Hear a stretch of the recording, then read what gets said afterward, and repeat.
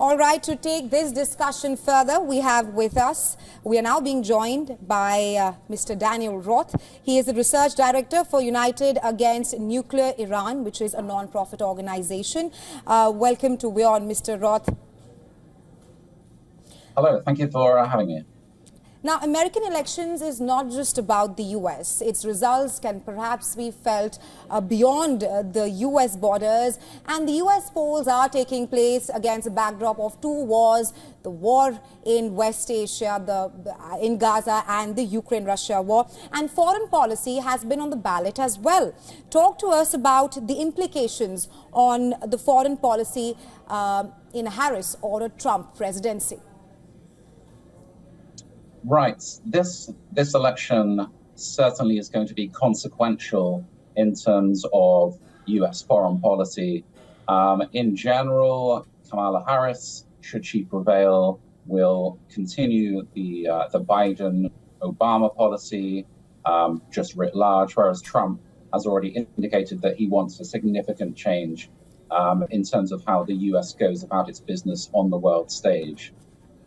In terms of those two theaters of war that you referred to, let's take Ukraine first. Certainly, Kamala Harris has signaled ongoing support for President Zelensky, for increasing perhaps U.S. aid, lifting some of those restrictions on what Ukraine can do in terms of U.S. weapons. Certainly very, very anti-Russia, anti-Putin. On the other hand, Trump, as is his wont, has signaled that he may come to some kind of rapprochement with President Putin. Perhaps some analysts are suggesting that he may accept Russia to take some territory of the Ukraine to finalize or to at least conclude that war that's been raging since 2022 now, so for more than 2 years. In Gaza, it's going to be a little bit, there'll be smaller daylight, I think, between the two presidential aspirants. President Trump, as we saw in his first term, extremely supportive of Israel, a big fan of Bibi Netanyahu. As we remember, it was under the Trump administration that the historic Abraham Accords were signed. Right. Nothing really happened under the Biden administration, despite the fact that Secretary of State Blinken said that he really appreciated the Abraham Accords and wanted to build upon them. So the chances that Saudi Arabia may join those Abraham Accords, should Trump win, I think, would be looking much brighter. Interesting. Now, you're joining us from Manila, and the other side that is looking closely at this U.S. election is, of course, Manila as well as Taiwan. And recently we know that Taiwan has held live fire drills. Manila and, of course, China kind of gets into a fight in the South China Sea. Tell us how this election and the election of Trump or Harris administration is going to change anything on that side. Yeah, that is an interesting question. Trump clearly has a much more antagonistic view of China and its communist Chinese ruling party. Trump views the world in a very transactional economic way. It's his overriding vision that China is essentially taking advantage of the U.S. through IP theft, trade, much unfair trade balance, taking U.S. jobs, that kind of thing. But, under the Biden administration, of which Kamala Harris was the vice president, they were quite strong on China as well. There were certain initiatives, certain executive orders against China, really targeting them. I am here in the Philippines for a couple of weeks. There is certainly a lot of anti-China sentiment in this country.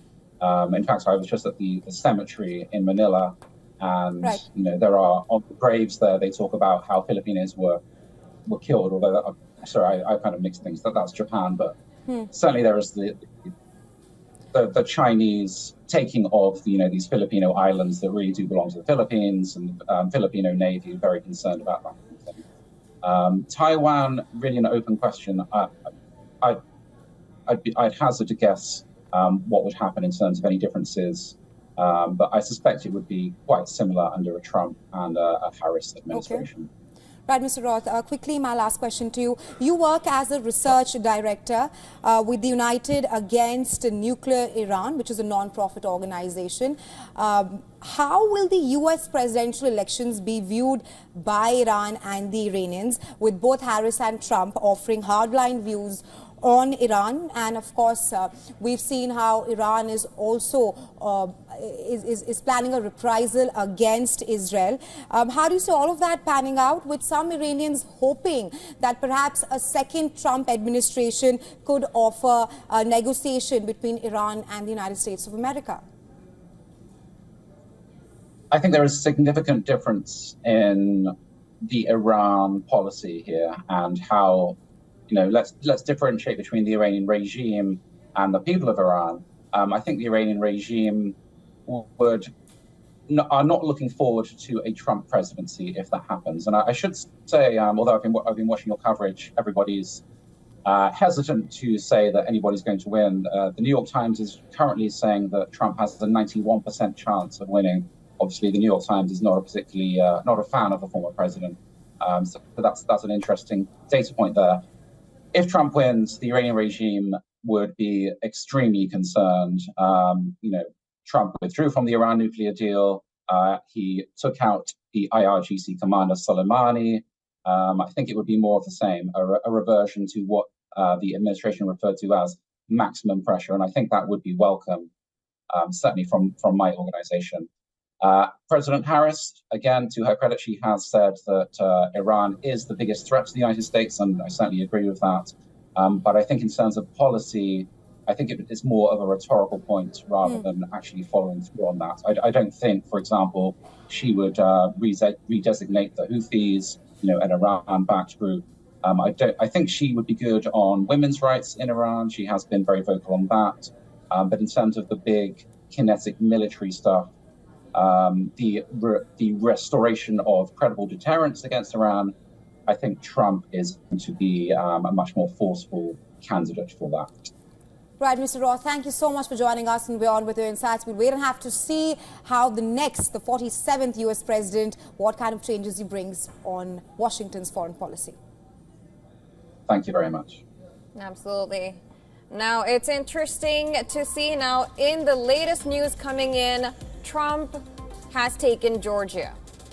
So you got another swing state, North Carolina, and Georgia goes to Trump, which is so interesting because this was the state in 2020, which was the state of contention.